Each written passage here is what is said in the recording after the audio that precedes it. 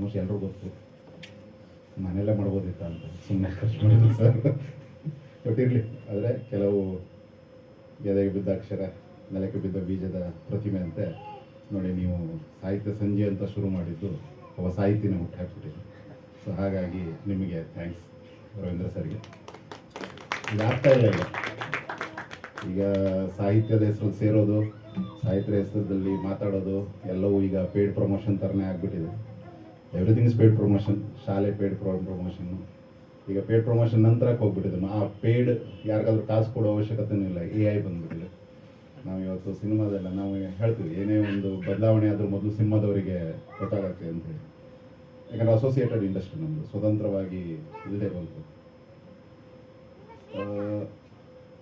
ಇವತ್ತಿನ ಒಂದು ಸಂದರ್ಭದಲ್ಲಿ ಇನ್ನು ಮುಂದೆ ಯಾವುದೇ ಕಲೆ, ಸಾಹಿತ್ಯ ಅಥವಾ ಒಬ್ಬ ವ್ಯಕ್ತಿಯ ಅಸ್ಮಿತೆ ಅನ್ನೋದು ಉಳಿಯಲ್ಲ. ಅವನೊಂದು ಮಾರುಕಟ್ಟೆ ಅಥವಾ ಒಂದು ದೊಡ್ಡ ಐಡೆಂಟಿಟಿ ಒಳಗಡೆ ಕಳೆದು ಹೋಗುವ ಎಲ್ಲ ಅಪಾಯಗಳು ಮತ್ತು ಸ್ಟಾರ್ಕ್ ಕಾಣಿಸ್ತಾ ಇದೆ. ಅಂದರೆ ದೇರ್ ಇಸ್ ನೋ ಆರ್ಟಿಸ್ಟ್. ಈಗ ಇನ್ನೊಂದು ಆರ್ಟಿಸ್ಟ್ಗಳು ಈಗ ಆಲ್ರೆಡಿ ಶುರು ಆಗಿಬಿಟ್ಟಿದೆ. ಮೊನ್ನೆ ಒಬ್ಬರು ಹಾಕಿದ್ರು ದಟ್ ಅವರೇ ಮಾಡಿದ ಮ್ಯೂಸಿಕ್ನ ಅವ್ನು ಸುಮ್ಮನೆ ಒಂದು ಸ್ಕ್ರ್ಯಾಚ್ ಆಗಿ ಹಾಕಿ ಯೂಟ್ಯೂಬಲ್ಲಿ ಹಾಕಿ ಎಲ್ಲ ಹಾಕ್ತಾ ಒಂದಷ್ಟು ಫಾಲೋವರ್ಸ್ ಬಂದಿತ್ತು. ಒಂದು AI ಕಂಪನಿ ಅದನ್ನು ತೊಗೊಂಡು ಇಡೀ same lyrics and same music ಮಾಡಿದೆ. ಆ್ಯಂಡ್ ಅವನು ಆ ಆರ್ಟಿಸ್ಟ್ ಅದನ್ನು ಬಳಸೋಂಗಿಲ್ಲ ಅಂತ ಅವನ ಮೇಲೆ ಕೇಸ್ ಹಾಕಿ ಅವನು ತೆಗೆಸಾಕಿ. Because AI has got an identity. ನಾವು we are all feeding to the greater mechanism, greater ಇದರಲ್ಲಿ.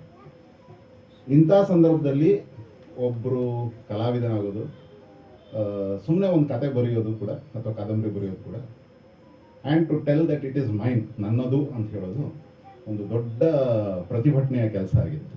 ಸೊ ನಿಮಗೆ ಗೊತ್ತಿಲ್ಲದೆ ಎಷ್ಟು ಸರಿ ವಯಸ್ಸು, 60ನೇ ವಯಸ್ಸಲ್ಲಿ ಇವರು ಕ್ರಾಂತಿ ಮಾಡೋಕ್ಕೆ ಹೊರಟಿದ್ದಾರೆ. ಅವರಿಗೆ ಒಳ್ಳೆಯದಾಗಿದೆ. ಆ್ಯಂಡ್ ವೆರಿ ನಾನು ಬುಕ್ ಓದಿಲ್ಲ, ಬಟ್ ನನಗೆ ಈ ಮನುಷ್ಯ ಆಲ್ಮೋಸ್ಟ್ ಇಲ್ಲಿ ಸಮಷ್ಟಿಯವ್ರ ಜೊತೆ ತುಂಬ ಒಡನಾಟ ಅಂತ ಹೇಳದೇ ಇದ್ರು ಹಾಯ್ ಹಾಯ್ ಅನ್ನುವಷ್ಟು ಎಲ್ಲರೂ ನಾವು ಪರಿಚಿತರೆ. ರಾಘಣ್ಣ ಒಬ್ಬರು ನಮ್ಮದು ಸ್ವಲ್ಪ, ಮತ್ತು ಪೂಜಾರ್ ಸರ್, ಮಂಜಣ್ಣ ಸ್ವಲ್ಪ ಜಾಸ್ತಿ ಒಡನಾಟ ಇದ್ದವ್ರು ನಾವು. ಬಟ್ ನಾನು ಅದೇ ಇವ್ರ ಬುಕ್ ಬಂದಾಗಿ ನಾವು ಕೊಟ್ಟು ಹೋದರೂ ಅದಾದಮೇಲೆ ಇದೇ ದೊಡ್ಡ ಡಿಸ್ಕಷನ್ ಆಗ್ತಾಯಿತ್ತು ನಮ್ಮಲ್ಲಿ. ಈಗ ಮುಂದೆ ಏನು ಮಾಡೋದು ಅನ್ನುವ ಒಂದು ಇದರಲ್ಲಿ ಮಾರ್ವೆಲ್ ಅವರು ಈಗಾಗಲೇ ಒಂದು 2 ಲಕ್ಷ ಜನರನ್ನು, ದಟ್ ಈಸ್ ಇನ್ಕ್ಲೂಡಿಂಗ್ ಅವರ ಬೇರೆ ಬೇರೆ ಕಂಪನಿಯಲ್ಲಿರುವಂಥ ಎಲ್ಲರನ್ನು ಕೆಲಸದಿಂದ ತೆಗೆದುಹಾಕಿದ್ದಾರೆ.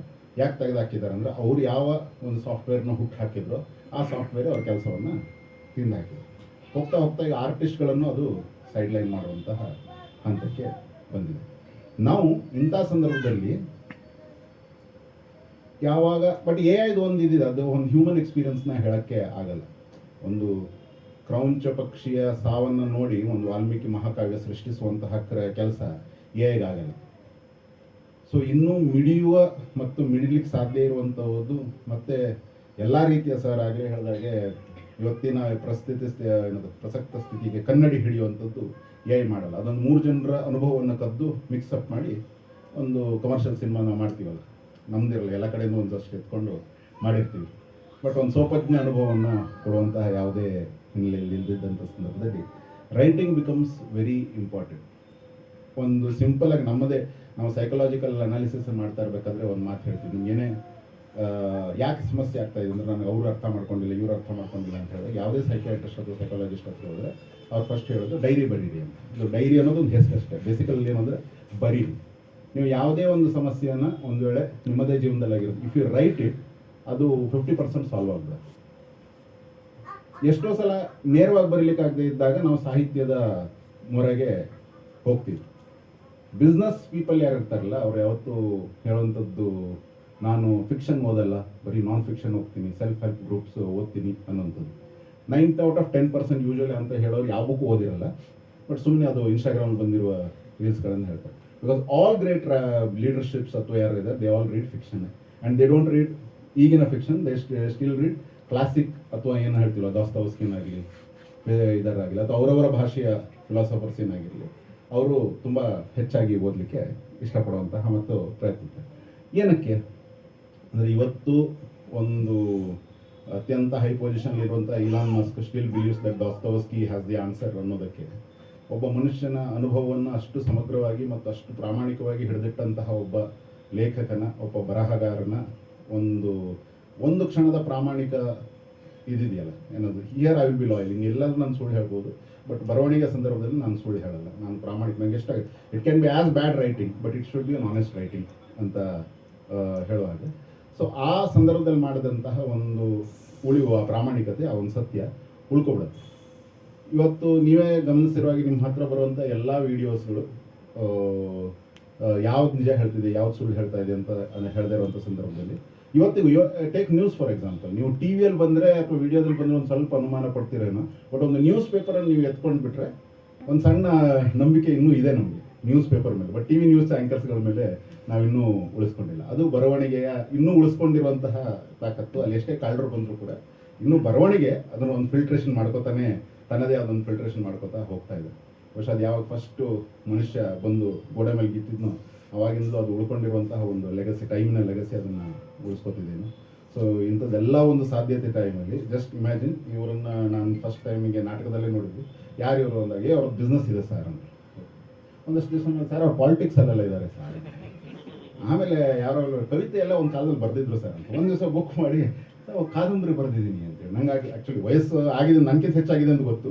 ಈ ಕಾದಂಬರಿ ಬರೆದವರ ಅನ್ನೋ ರೀತಿಯಲ್ಲಿ ಇದಾಗ್ತಾ ಹೋಯ್ತು. ಬಟ್ ಒಬ್ಬ ಮನುಷ್ಯನಿಗೆ when we say that okay, ನಾವು ತುಂಬ ದುಡಿದಿದ್ದೀನಿ, ತುಂಬ ಏನೇನೋ ಮಾಡಿದ್ದೀನಿ, ಆ್ಯಂಡ್ ಈ ಟೈಮ್ ಬರುತ್ತಲ್ಲ 59, 56 ಇದು ಮಿಡ್ ಲೈಫ್ ಅಲ್ಲ ಇದು.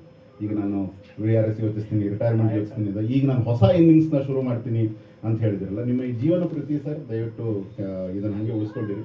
ಇಟ್ಸ್ ಲಿಟ್ರಲಿ ನಮಗೆಲ್ರಿಗೂ ಖುಷಿ ತರುವಂಥದ್ದೇ. How many of us can say that ನಾನು 60ರಲ್ಲಿ ಒಂದು ಹೊಸದೇನೋ ಮಾಡೋಕ್ಕೆ ಟ್ರೈ ಮಾಡ್ತೀನಿ. ಎಲ್ಲಿ ಏನೂ ಹೊಸದಿನ ಅವಶ್ಯಕತೆ ಇಲ್ಲ ಅಂತ ಮಾರುಕಟ್ಟೆ ಹೇಳೋ ಸಂದರ್ಭದಲ್ಲಿ ನಾನು ಅದನ್ನೆಲ್ಲ ತಲೆಗೆ ಹಾಕೋಲ್ಲ. I am writing for my self ಅಂತೇಳಿ. ಬಟ್ ಅದರಲ್ಲಿ 10 ಜನರು ಸೇರಿ ಏನಾದರೂ ಹೇಳಿದ್ರೆ ಕ್ರಾಫ್ಟಲ್ಲಿ ನಾನು ಇಂಪ್ರೂವ್ ಮಾಡ್ಕೋತೀನಿ ಅನ್ನೋ ರೀತಿಯಲ್ಲಿ ಹೇಳುವಂತಹ ಒಂದು ಪ್ರಾಮಾಣಿಕ ಮಾನದಂಡವಿಲ್ಲ. ಇದು ಎಲ್ಲರೂ ನಮ್ಮೆಲ್ಲರಿಗೂ ಒಂದು ಮಾನದಂಡವಾಗಲಿ. ನಾವು 60ಕ್ಕೆ ಒಂದು ಹೊಸ ಸಾಹಸ ಮಾಡೋಣ, ಮದುವೆಗಿದ್ದಲ್ಲ, ಬಟ್ ಹೊಸದಾಗಿ ಒಂದು ಕಲಿಯುವ ಪ್ರಯತ್ನ ಮಾಡುವ. ನಾನು ಇನ್ನು ತನಕ ಒಬ್ಬ ಫೈಟ್ರು, ಪಾಲಿಟಿಷಿಯನ್ ಆಗಿದ್ದೀವಿ, ರೈಟರ್ ಆಗ್ತೀನಿ ಅಂತೆಲ್ಲ ಹೋಗುವಂಥ ಈ ರೀತಿಯ ಒಂದು ಹೊಸದೊಂದು ಸಾಧಿಸಬೇಕು, ಹೊಸದೊಂದನ್ನು ಮಾಡಬೇಕು ಅನ್ನುವಂತಹ ಒಂದು ಆಸೆ, ಛಲ ನಮ್ಮೆಲ್ಲರಲ್ಲೂ ಮೂಡಲಿ ಅಂತ ಕೇಳ್ಕೊತೀನಿ. ಈ ಛಲ ನಿಮ್ಮಿಂದ ನಮ್ಮಲ್ಲೂ ಜೀವಂತವಾಗಿರಲಿ. ವಾಟ್ ಎವರ್ ಈಗಿದ್ದರೂ ಏನಾದರೂ ಹೊರಗಡೆ ಎಷ್ಟೇ ಕೆಟ್ಟ ಪರಿಸ್ಥಿತಿ ಇದ್ದರೂ ವೆನ್ ಯು ರೀಡ್, ನಮಗೆ ನಿಜವಾಗ್ಲೂ ಒಂಥರದ ಉತ್ತರ ಸಿಗುತ್ತೆ, ಒಂಥರದ ಸಾಂತ್ವನ ಸಿಗುತ್ತೆ ಮತ್ತು ಒಂಥರದ ಕಲಿಕೆ ಸಿಗುತ್ತೆ. ಸೊ ಈ ಸಾಂತ್ವನಕ್ಕೆ, ಈ ಕಲಿಕೆಗೆ ನೀವು ಮಾಡಿರೋ ಕಾಂಟ್ರಿಬ್ಯೂಷನ್ ಹೆಚ್ಚಾಗಲಿ ಅಂತ ಕೇಳ್ಕೊತಾ ಇದ್ದೀನಿ.